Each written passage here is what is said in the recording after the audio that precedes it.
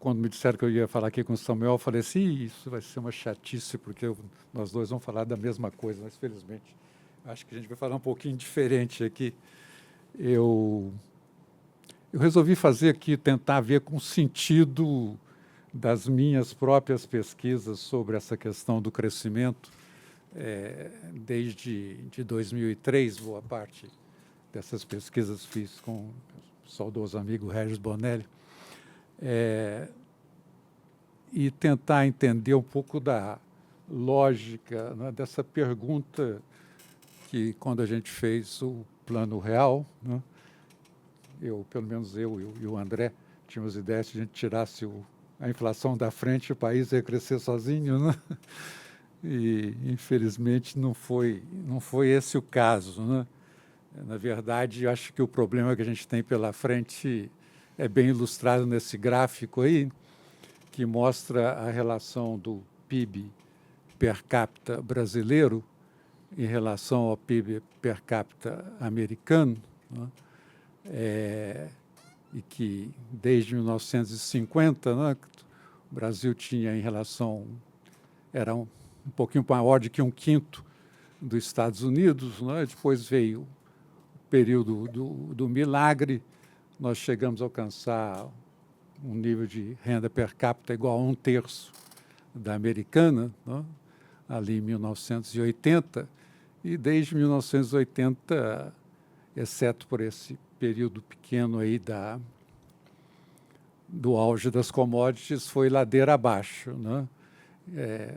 E a nossa questão que nós temos pela frente aqui, né, acho que essa que é a ideia desse conjunto de seminários, né, é explicar que diabos aconteceu aí, né? A gente vinha tão bem, né?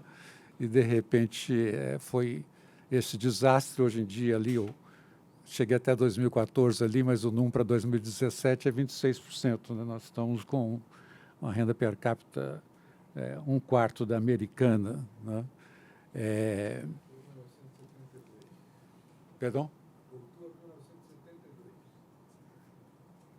Não entendi. Voltou. Isso, voltou, justamente. O meu ponto de partida aqui é muito tecnocrático, vocês vão me desculpar, vai ser só essa partezinha aqui, depois vai melhorar. Que o PIB aí agora, a taxa de crescimento do PIB desde 1950 é a linha tracejada, né? E a linha contínua é a taxa de crescimento do estoque de capital, né? Para ilustrar que há uma coincidência temporal, que é isso que eu quero explorar, entre o ritmo de acumulação do capital, né? Você pode ver que a taxa de crescimento do capital até 1980 era da ordem de 8% ao ano, né? E o ritmo de crescimento do PIB, né? Porque aí há um colapso da acumulação de capital, que começa ali no final dos anos 70 e 80, né? E depois a gente nunca mais recupera, né? A taxa de crescimento do estoque de capital passa de 8% para um pouquinho acima de 2%, né? É uma queda substantiva. Então, o que eu quero concentrar aqui é o seguinte, quer dizer, vamos tentar entender, né, por que colapsou a taxa de crescimento do capital, né? Porque, pelo menos por simetria, se não por causalidade, a gente talvez com isso entenda por que houve o colapso também da taxa de crescimento do PIB. Para isso, eu vou precisar de uma equação, que eu prometo que é a única que eu vou submeter vocês a ela, né? E eu parto de uma igualdade, então, a igualdade básica da macroeconomia, que diz que o valor do investimento, né, é igual à poupança, né? E daí se deriva algo que aqui talvez eu tenha um pouquinho de diferença com o Samuel, né?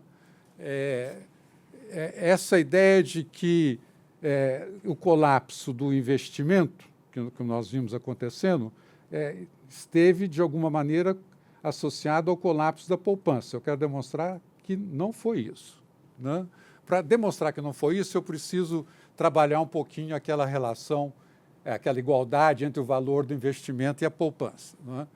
Então, por que nós vamos fazer para chegar do valor de investimento à poupança naquela equação que está ali embaixo? Né? Em primeiro lugar, eu quero o valor do investimento. O valor do investimento é o preço dos bens de investimento vezes a quantidade de investimento. Né? Isso é igual à poupança. Eu vou tirar o preço do lado esquerdo e vou pôr para o lado direito. Né? Como ele está multiplicando o investimento, ele vai estar dividindo a poupança. Então, nós vamos ter a poupança, não é?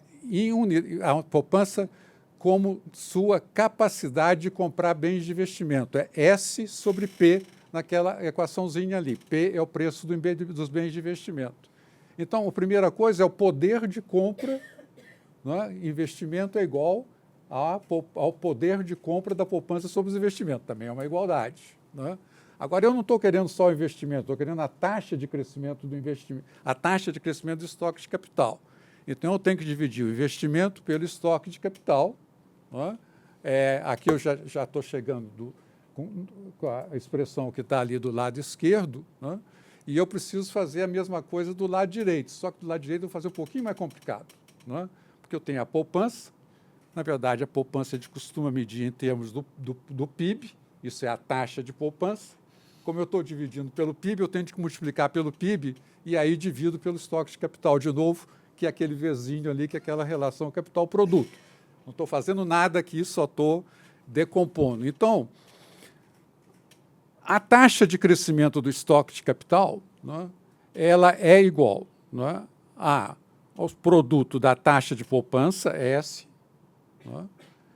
Dividida pelo preço relativo do investimento, e isso me dá o poder de compra da poupança sobre o investimento, vezes a relação produto-capital e menos a taxa de depreciação. Não é? Agora, qual que é a novidade quando você olha os números e separa, concentre-se ali nesse quadro somente na primeira e na última linha. Não é? Aí eu estou mostrando, na Idade de Ouro do Brasil, que é de 1950 até 1980, a taxa de crescimento do estoque de capital, o Calinha, era 8,8%, próxima de 9% ao ano de crescimento do estoque de capital. Nesse período, 1981 até 2014, né, que eu estou chamando do período da quase estagnação, a taxa de crescimento do estoque de capital ela cai 1/3, ela cai para 2,9%, cai de 9% para 3%.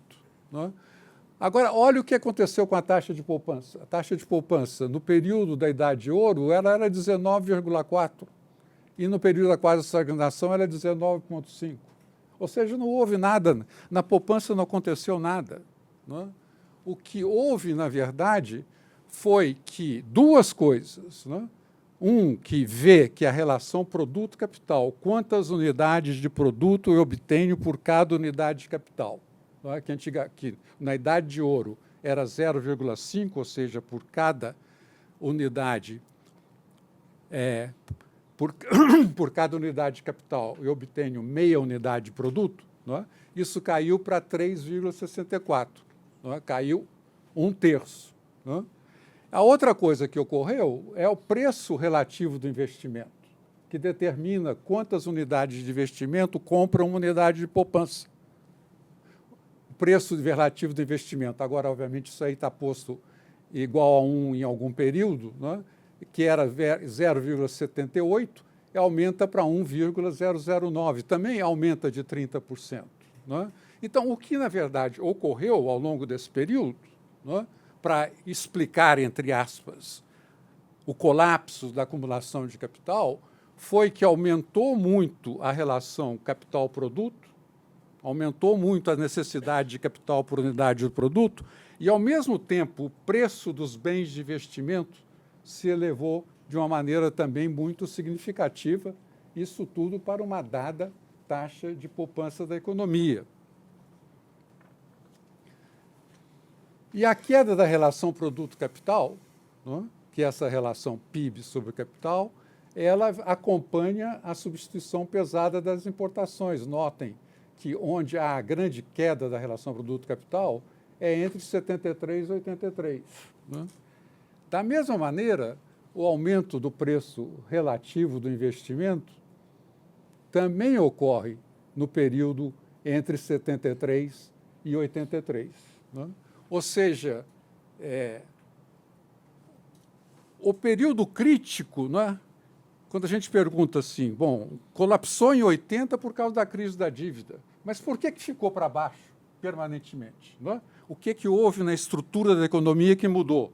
As duas coisas que mudaram foi que a produtividade do capital caiu de uma maneira permanente e o preço dos bens de investimentos aumentou de uma maneira muito significativa, e isso, ambos os fatores, acompanhando a substituição pesada de importações, né?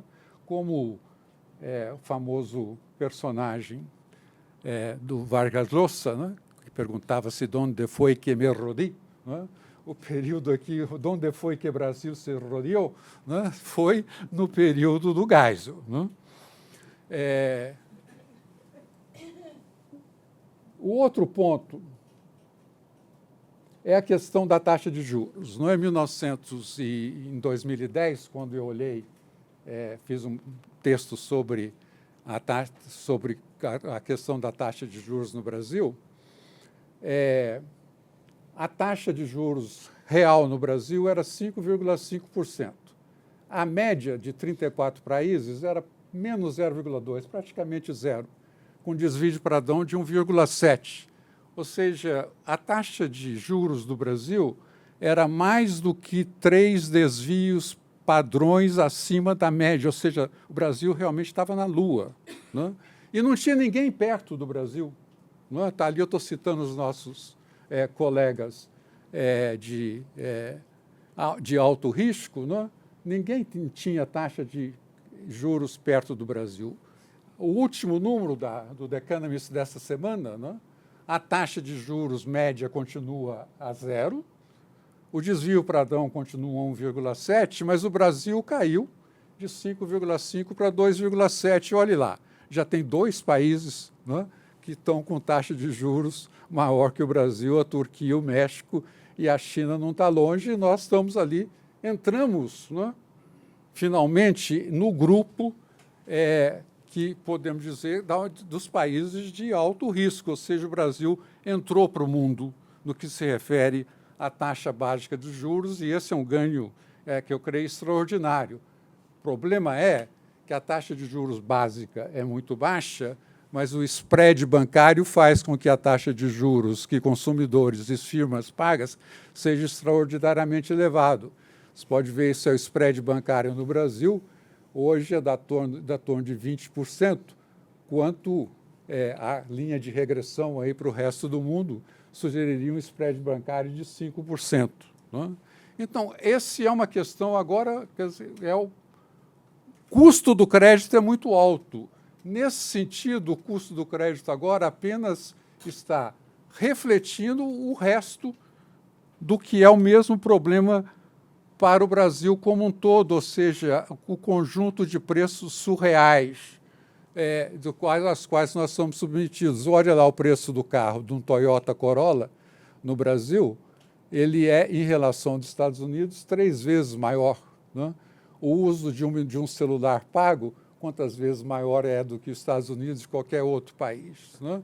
O que é, então, o que nós temos nesse país? Não é porque uma combinação de custos altos, impostos extraordinários, indiretos, e mais lucros elevadíssimos por falta de concorrência, produzem, tanto no setor bancário, quanto no setor industrial, quanto na infraestrutura, esses preços extremamente elevados. Não é? E quais são as nossas lições, não é? A partir dessas primeiras considerações aí?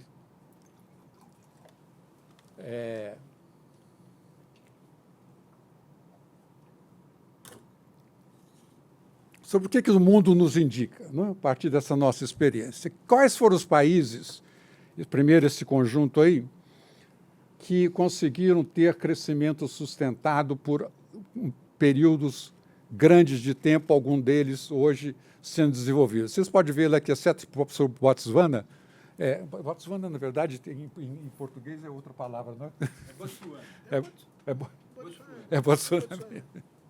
Todo mundo ali está na Ásia. E isso é um resultado... Na África subsaariana. Certo. Fica ao norte Da África do Sul. Né? Ok, isso aí. E essas são as características de países que conseguiram superar, não é? Manter altas taxas de crescimento, exploraram plenamente a economia mundial, mantiveram estabilidade macroeconômica, alcançaram altas taxas de poupança e investimento, permitiram que mercados alocassem os recursos e tiveram governos comprometidos, críveis e capazes. Né? E eu tenho um conjunto de outros 12 países, isso é do Growth Report, do qual eu participei, mas depois eu fiz outros 12 países que eu acho que tem mais a ver. Os 12 países que conseguiram superar a armadilha da renda média. Né? Poucos o fizeram. Né? Conseguiram ultrapassar a barreira da renda média depois da Segunda Guerra. Todos eles que ultrapassaram fizeram com abertura para o comércio internacional. Singapura, Coreia do Sul, Hong Kong, Israel e Taiwan exportando bens industriais, Espanha, Grécia, Irlanda, Portugal exportando serviços, inclusive mão de obra, Austrália, Nova Zelândia e Noruega com exportadores de recursos naturais, independente do qual produto no que se especializaram, o fato é que foi a participação deles no comércio que permitiu que hoje a renda per capita desse conjunto de 12 aí, na mediana, seja 43 mil, comparado com o Brasil de 15 mil. A parcela comércio do PIB mediana desses países é 75% sobre o PIB e o Brasil é 27%. Mas, além de abertos ao comércio internacional, tem duas características. O primeiro, são relativamente igualitários, né? Com exceção da Coreia do Sul e Espanha, são bem pequenos. O Gini mediano deles é 36, o do Brasil é 52, a população mediana é 10 milhões, o Brasil são 207 milhões, ou seja, nós temos um problema aqui, né? Que ao contrário, ao contrário dos 12 países que ascenderam, o Brasil é grande, desigual e fechado. Não sei se vai dar para resolver o problema de grande, vou falar disso no final. Né? Desigual está difícil, né? Mas fechado, quem sabe a gente consegue resolver. Né? E por que seria importante resolver? Não é porque crescimento é igual ao aumento de produtividade, e aumento de produtividade, como nós vimos, não é, dessa experiência internacional, está baseado na integração ao comércio internacional. Por quê? Não é? Porque o comércio internacional permite concorrência, não é? O comércio internacional produz tecnologia, garante que as empresas tenham que usar a tecnologia de ponta, o comércio internacional garante escala. As pessoas vivem dizendo que o Brasil tem um mercado muito grande, não é? Mas pensemos bem, né? Nós somos apenas 3% do mundo, não é? 97% do mercado mundial estão fora daqui. Tá? E, finalmente, comércio permite especialização naquilo que o país é mais competente, portanto, comércio é um caminho, não é? Para fazer com que o país cresça. Né? E, recentemente, né, desde que eu escrevi o primeiro artigo disso aí, alguns anos atrás, em 2013, aliás, apareceram uma série de textos, né, que eu queria chamar a atenção de vocês. Né? Primeiro, é um relatório do McKinsey, o Brazil's Path to Inclusive Growth, de 2014, um relatório do CDPP e do SINDES, na Integração Internacional da Economia Brasileira, com a proposta político-comercial de 2016, e agora, de 2018, 3 relatórios, né? A OECD, Fomentar a Integração do Brasil na Economia Mundial, que é o capítulo 2 do Relatório Econômico da OECD sobre o Brasil, de fevereiro agora. O Banco Mundial acaba de produzir também um relatório sobre emprego e crescimento, a Agenda da Produtividade, de março de 2018, e a Secretaria de Assuntos Estratégicos da Presidência da República, também agora em março, produziu esse relatório sobre a abertura comercial para o desenvolvimento. Não é?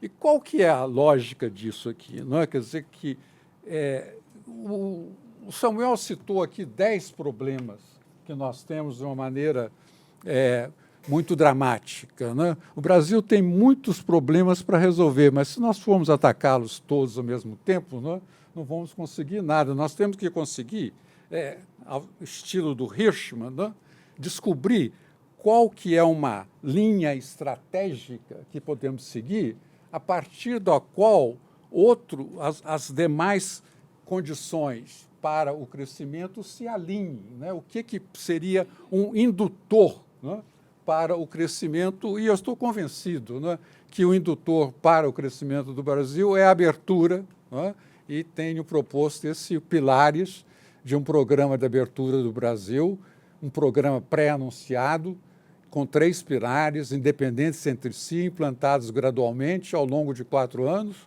consistindo de redução do custo do Brasil, focado na reforma tributária e concessões de infraestrutura, na troca de tarifas e outras restrições à entrada de bens e serviços importados por câmbio e em acordos comerciais internacionais, né? E esperando que, com a eleição de uma pessoa sensata em outubro, nós possamos implantar esse processo a partir do ano que vem. Volta com a equação. Se por acaso o Brasil resolver eleger uma pessoa insensata, não é? Quem sabe, então, a alternativa seja uma confederação da terra brasilienses como alternativa. Muito obrigado.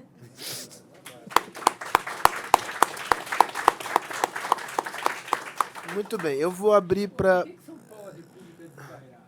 Espera aí. Pauliceia Desvairada. Pauliceia Desvairada. Bem... Bom, tendo sido eleito para a academia, eu não podia, né, não deixar de ser tão justificado. Ali, no Sul, né, finalmente a gente vai poder incorporar a província Cisplatina, né, e constituir a República Gaúcha, ali embaixo. Com o Uruguai. São Paulo reincorpora o Paraná e constitui a Pauliceia Desvairada. Rio de Janeiro e Bahia, que não tem jeito mesmo, mas, na verdade, tem que constituir um reino, é o reino do samba. A gente vai fazer a capital. Você tem certeza que você quer Paraty, continuar? Dom Joãozinho vai ser o presidente. Bom, Minas Gerais, não é? A gente vai fazer o Grande Sertão e Veredas. Eu devia incorporar um pouquinho mais da Bahia ali, mas, enfim. Brasília, né, se incorpora ao resto ali do Centro-Oeste para fazer o Pantanal Brasiliense e ficar todos os políticos ali juntos. O Nordeste vira o Engenho e Arte, em homenagem ao Gilberto Freire, e a gente vai financiar tudo isso, transformando a Amazônia no Parque Internacional dos Amazônicos, que a gente vai arrendar para os países nórdicos.